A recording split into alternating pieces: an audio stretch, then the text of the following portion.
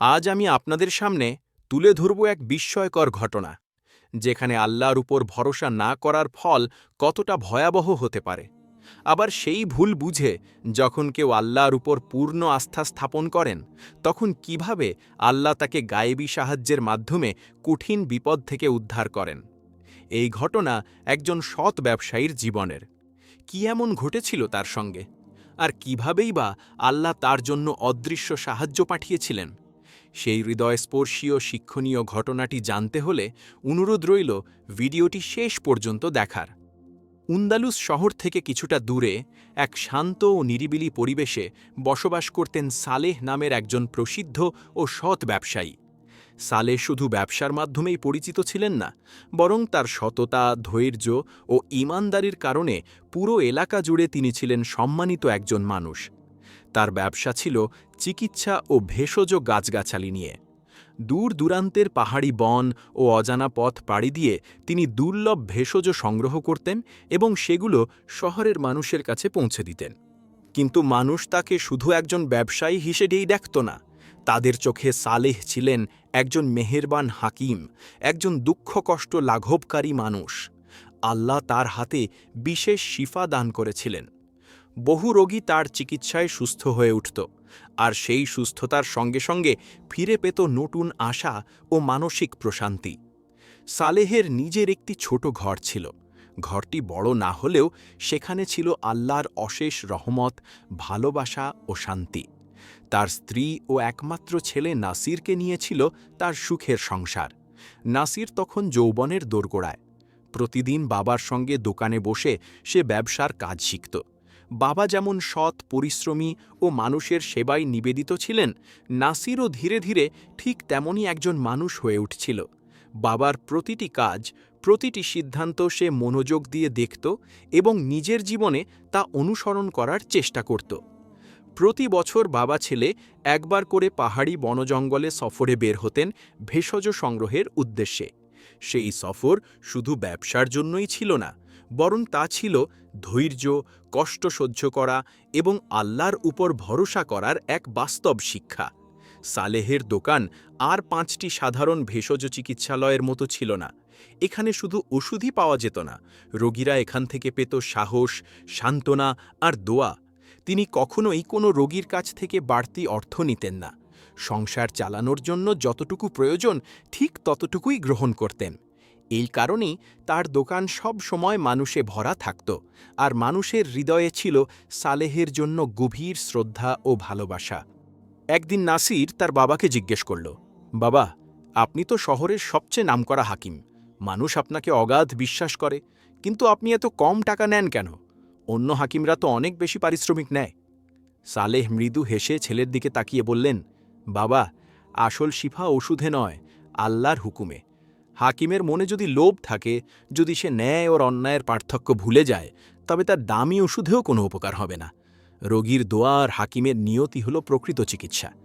বাবার কথাগুলো শুনলেও নাসিরের মনে এক ধরনের দ্বন্দ্ব কাজ করছিল। সে মনে মনে ভাবত, যখন আমরা নিজেরাই এত কষ্ট করি, এত ভ্রমণ করি, এত সংগ্রাম করি, তাহলে এখানে আল্লাহর নির্ধারিত রিজিক বা কিসমতের ভূমিকা কোথায়? দিন গড়িয়ে মাস, মাস গড়িয়ে বছর কেটে গেল। হঠাৎ একদিন এমন কিছু জরুরি ভেষজ ভুরিয়ে গেল, যেগুলো ছাড়া রোগীদের চিকিৎসা করা প্রায় অসম্ভব। ঠিক সেই সময়েই সালেহ শারীরিকভাবে দুর্বল হয়ে পড়লেন। দীর্ঘ সফরে যাওয়ার মতো শক্তি তার আর রইল না। তাই তিনি ছেলেকে দায়িত্ব দিলেন ভেষজ সংগ্রহের জন্য। এবার নাসিরই যাবে সেই দুর্গম পথে ভেষজ আনতে। বাড়ি থেকে রওনা হওয়ার সময় বাবা ছেলেকে উপদেশ দিয়ে বললেন, বাবা, যদি কখনো সব পথ বন্ধ হয়ে যায়, যদি চারদিক অন্ধকার মনে হয়, তখন শুধু আল্লাহকে ডাকবে। রিজিক তিনিই দেবেন, এমন জায়গা থেকে যেখানে তোমার কল্পনাও পৌঁছাবে না। কিন্তু নাসির বাবার কথাগুলো তেমন গুরুত্ব দিল না। তার বিশ্বাস ছিল, আমি আছি, আমার পরিশ্রম আছে, এটাই যথেষ্ট। 3 দিনের দীর্ঘ যাত্রার পর সে এক শহরে গিয়ে পৌঁছাল। সেখানে কিছুক্ষণ বিশ্রাম নিয়ে পরদিন আবার পথ ধরল। দুপুরের প্রচণ্ড রোদে ক্লান্ত হয়ে এক গাছের ছায়ার নিচে সে কিছুক্ষণ বিশ্রাম নিল, তারপর আবার যাত্রা শুরু করল। কিন্তু সামনে ছিল এক ভয়ঙ্কর মরুভূমি। চারদিকে অসহনীয় তাপ, তৃষ্ণা আর ক্ষুধা। নাসিরের বাহন ঘোড়াটিও ধীরে ধীরে শক্তিহীন হয়ে পড়ল। তার সঙ্গে আনা খাবার শেষ হয়ে গেল পানীয়। মরুভূমির মাঝখানে দাঁড়িয়ে তখন নাসির প্রথমবারের মতো অনুভব করল, শুধু পরিশ্রম নয়, মানুষের আসল ভরসার জায়গা অন্য কোথাও। এবার নাসির মনে মনে ভাবল, চারদিকেই যখন সব পথ বন্ধ, তখন বুঝি এবার তার মৃত্যু অনিবার্য। তাকে বাঁচানোর মতো কেউ নেই। নিশ্চিত মৃত্যু ভয়ে সে প্রায় হাল ছেড়ে দিল।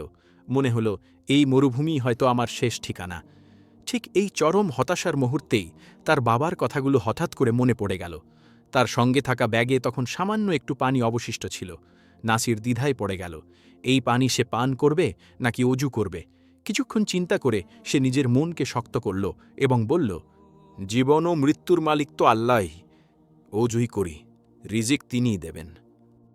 অন্ধকার নেমে আসা মরুভূমির মাঝে দাঁড়িয়ে নাসির অজু করল। তারপর মাগরিবের নামাজ আদায় করল এবং এর সঙ্গে 2 রাকাত নফল নামাজও পড়ল। নামাজ শেষে সে কান্নায় ভেঙে পড়ে আল্লাহর দরবারে আরজি জানাল, হে আল্লাহ, তুমিই আমার রিজিক দাতা।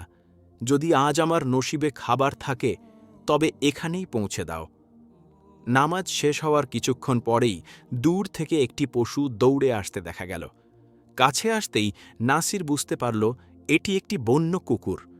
কুকুরটির মুখে ছিল একটি ছোট থলে। সে এসে থলেটি নাসিরের সামনে রেখে শান্তভাবে শুয়ে পড়ল। নাসির বিস্ময়ে থলেটি খুলে দেখল ভেতরে ছিল গরম খাবার আর পানি। এই দৃশ্য দেখে সে আর নিজেকে সামলাতে পারল না, কান্নায় ভেঙে পড়ল। স্পষ্টভাবেই বুঝে গেল এটাই আল্লাহর গায়েবী সাহায্য। আল্লাহই তার জন্য রিজিকের ব্যবস্থা করেছেন এবং এই কুকুরটির মাধ্যমে তা পৌঁছে দিয়েছেন। সে সেজদায় লুটিয়ে পড়ে আল্লাহর শুকরিয়া আদায় করল। তারপর থলের ভেতরে থাকা পানি ও খাবার গ্রহণ করল। পরদিন ভোরে নাসির আবার পথ চলা শুরু করল। আশ্চর্যের বিষয়, আগের রাতে আসা সেই কুকুরটিও তার সামনে সামনে চলছিল। কিছু দূর এগোনোর পর কুকুরটি হঠাৎ রাস্তা ছেড়ে ডান দিকে ঘুরে জোরে জোরে ডাকতে লাগল। নাসির প্রথমে বিষয়টি তেমন গুরুত্ব দিল না, কিন্তু মনে হচ্ছিল কুকুরটি যেন তাকে সাবধান করতে চাইছে, সামনে এগোতে মানা করছে। তবুও সে কুকুরটির ইশারাকে উপেক্ষা করে সোজা সামনে এগিয়ে গেল। কিছু দূর যেতেই তার চোখের সামনে ভয়ঙ্কর জানোয়ারে ভরা এক ঘন জঙ্গল ভেসে উঠল। তখন নাসির বুঝতে পারল সে বড় বিপদের দিকে এগিয়ে যাচ্ছিল। ভয়ে সে দ্রুত ফিরে এলো এবং এবার কুকুরটির দেখানো পথেই চলতে শুরু করল। অল্প দূর এগোতেই দেখা গেল একটি ছোট ঘর। নাসির ঘরের দরজায় ধীরে ধীরে কড়া নাড়ল। কিছুক্ষণ পর দরজা খুলে দিলেন এক বৃদ্ধা নারী। নাসির বিনীতভাবে তার কাছে একটু পানি চাইল। বৃদ্ধা তাকে পানি পান করাল। পানি খেয়ে কিছুটা স্বস্তি ফিরে এলে কথার ফাঁকে ফাঁকেই নাসির নিজের পরিচয় দিল। নাসিরের সব কথা মনোযোগ দিয়ে শোনার পর বৃদ্ধা নারী শান্ত কণ্ঠে বললেন, বাবা, গতরাতে আমি আমার স্বামীর জন্য খাবার রান্না করেছিলাম। সেই খাবার থেকে কিছু অংশ আলাদা করে সাদকা হিসেবে রেখে দিয়েছিলাম যদি কোনো মুসাফির আসে। কিন্তু রাতের বেলায় হঠাৎ একটি কুকুর এসে সেই থলেটা মুখে নিয়ে পালিয়ে যায়। আমি অনেক দূর পর্যন্ত দৌড়েছিলাম, কিন্তু আর খুঁজে পাইনি। সেই খাবার যদি থাকতো তাহলে তোমাকেই খাওয়াতাম। তিনি একটু থেমে আবার বললেন, তোমার কথা শুনে বুঝলাম তুমিও তো একজন মুসাফির। কিন্তু বৃদ্ধা তখনও জানতেন না আল্লাহ তাআলা তার মনে সেই নিয়ত কবুল করে নিয়েছেন, আর সেই কুকুরটির মাধ্যমেই সেই সদকার খাবার ঠিক জায়গায় পৌঁছে দিয়েছেন। বৃদ্ধার কথা শুনে নাসির সম্পূর্ণ হতবাক হয়ে গেল। সে তখন স্পষ্টভাবে বুঝতে পারল গতরাতে যে খাবার সে পেয়েছিল সেটি আসলে এই বৃদ্ধার সদকার খাবারই ছিল। নাসির তখন সব ঘটনা খুলে বলল। সব শুনে বৃদ্ধা কোমল কণ্ঠে বললেন, বাবা, রিজিক আল্লাহই দেন, তবে সেই রিজিক পেতে হলে মানুষের চেষ্টা করাও জরুরি। তুমি যদি এতটা পথ পাড়ি দিয়ে এখানে না আসতে তাহলে এই খাবার কখনোই তোমার কাছে পৌঁছত না। এই কথাগুলো নাসিরের হৃদয়কে একেবারে নরম করে দিল। বাবার উপদেশগুলো আবার তার মনে ভেসে উঠল। সে নিজের ভুল বুঝতে পেরে কান্নায় ভেঙে পড়ল। প্রয়োজনীয় ভেষজ সংগ্রহ করার পর নাসির অবশেষে বাড়ির পথে রওনা হল। বাড়ি ফিরে সে প্রথমেই তার বাবাকে জড়িয়ে ধরল। কিছুক্ষণ নীরবে বাবার বুকে মাথা রেখে দাঁড়িয়ে থাকল। এরপর মরুভূমি থেকে শুরু করে গায়েবী সাহায্য পাওয়া পর্যন্ত তার সঙ্গে ঘটে যাওয়া প্রতিটি ঘটনা বিস্তারিতভাবে বাবাকে খুলে বলল। সব কথা শোনার পর সালেহ গভীর কণ্ঠে বললেন, বাবা, তুমি মুসলমান ছিলে ঠিকই, কিন্তু আল্লাহর ওপর তোমার ভরসা দুর্বল ছিল। তুমি ভাবতে সব কিছুই কেবল পরিশ্রমের ফল। তারপর তিনি বললেন, শোনো বাবা, গতরাতে তোমার মা খারাপ স্বপ্ন দেখে ঘুম থেকে উঠে নামাজ পড়েছিলেন। নামাজ শেষে তিনি কিছু খাবার সদকা হিসেবে আলাদা করেছিলেন, যেন আল্লাহ তোমাকে বিপদ থেকে রক্ষা করেন। সেই সদকার খাবারই আল্লাহ মরুভূমির মাঝে তোমার কাছে পৌঁছে দিয়েছেন। সালেহ আরও বললেন, বাবা, আল্লাহর কাছে আমাদের শহরে রিজিক দেওয়া আর তুমি যে স্থানে গতকাল ছিলে সেখানে রিজিক পৌঁছে দেওয়া দুটোই সমান। মানুষের রিজিক ঠিক তখনই তার কাছে পৌঁছায় যখন তার নিয়ত সঠিক হয় এবং আল্লাহর ওপর তার ভরসা মজবুত হয়। এই ঘটনার পর নাসির নিজের ভুল স্পষ্টভাবে বুঝতে পারল। সে গভীর অনুশোচনায় আল্লাহর কাছে তওবা করল এবং মনে মনে দৃঢ় প্রতিজ্ঞা করল, জীবনের প্রতিটি ক্ষেত্রে সে সবসময় আল্লাহর ওপরই ভরসা রাখবে।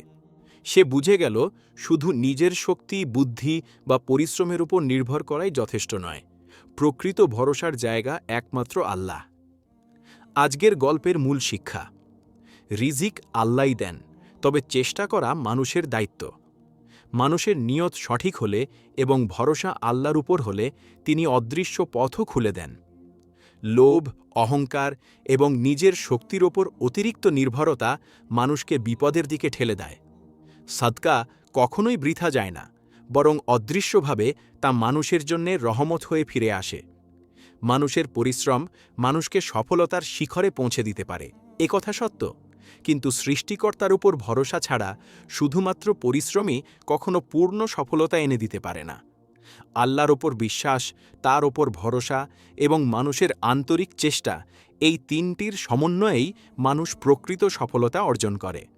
সুতরাং আমাদের উচিত আল্লাহর উপর তাওয়াক্কুল করা, তার উপর পূর্ণ ভরসা রাখা, আর সেই সঙ্গে নিজের দায়িত্ব ও চেষ্টা অব্যাহত রাখা। তবেই আমরা দুনিয়া ও আখিরাতে প্রকৃত সফলতা লাভ করতে পারব।